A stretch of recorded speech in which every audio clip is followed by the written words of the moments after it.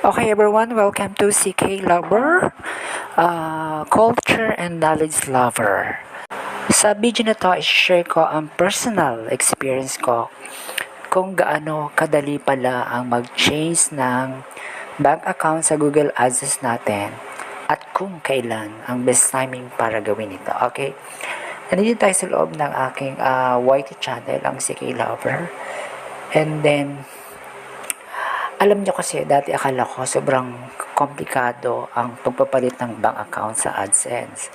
Kasi dati, meron na akong bank account sa aking AdSense. It's Metrobank yung aking unang inilagay doon at yun ay verified na. So, take note everyone, this situation of mine is verified na yung YT account ko na may bank account sa AdSense. Ito na nga yung Metrobank. So, gusto ko lang magkaroon ng for the content. Nag-chase ako ng bank account ko sa aking AdSense from Metrobank. Ginawa ko siyang BDO. So, gaano kadali? Ganito lang ang ginawa ko, okay? Mag-login lang tayo sa AdSense account mo. Hanapin natin yung AdSense account. I-demo ko rin dito para at least meron kayong guide. Okay? AdSense account. Pasok lang sa AdSense account. Okay? And then, ayan, makikita natin. Nasa loob tayo ng AdSense account ko. And then, click mo lang itong, ito sa taas, left side. Ayan, ayan. Then, ayan, lalabas itong AdSense. For YouTube, home, brand safety, click natin itong payments. Then, itong payments information. Andito lalabas yung information ko ng bank account ko. Okay, medyo mabagal yung internet connection pero at least we're going here. Then, sa baba tayo pumunta. Ayan manage payment methods. Click lang natin ito, manage. And then, eto, click lang yung add payments method. Ayan, add new wire transfer details. Ayan, tapos maglalagay ka ng beneficiary, optional, wag na. Name ng bank account mo na bagong bank account ha. Bank name, Swift, BC, maharap to sa online. For example, kung BDO ka, type mo lang ang Swift ng BDO, lalabas niya sa online. Account number mo, retype yung account number mo, tapos isiset mo lang ito as primary. Set mo lang yan, tapos save. Ganong kadali. Nakasave ka na. Naka-change ka na ng iyong bank account sa iyong AdSense. Ganong kasimple.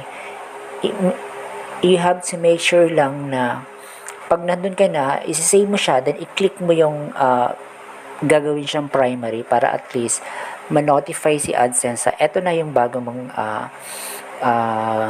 bank account na papasok ka ng iyong revenue. Pero eto ka ha, after that, na ma-save mo yung changes mo, automatic mag-i-email si AdSense sa'yo na may changes kang ginawa sa payment. Ganun lang kasimple mga friend. Walang hassle, walang stress. Akala ko kasi dati, paghihintay pa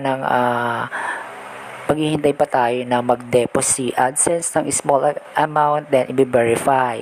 Kasi ganun dati yung original mag-deposit siya ng small amount, then i-verify mo para ma-verify yung bank account mo sa AdSense. Since ito kasing sa akin, existing na to, verified na ko from previous bank account ko, papalitan ko lang siya. So, hindi na kailangan palang mag-wait ng ganong small depo from AdSense para lang mapalitan yung ating bank account sa AdSense natin. At ito ang isa pang napakahalaga nating tandaan. Timing is everything.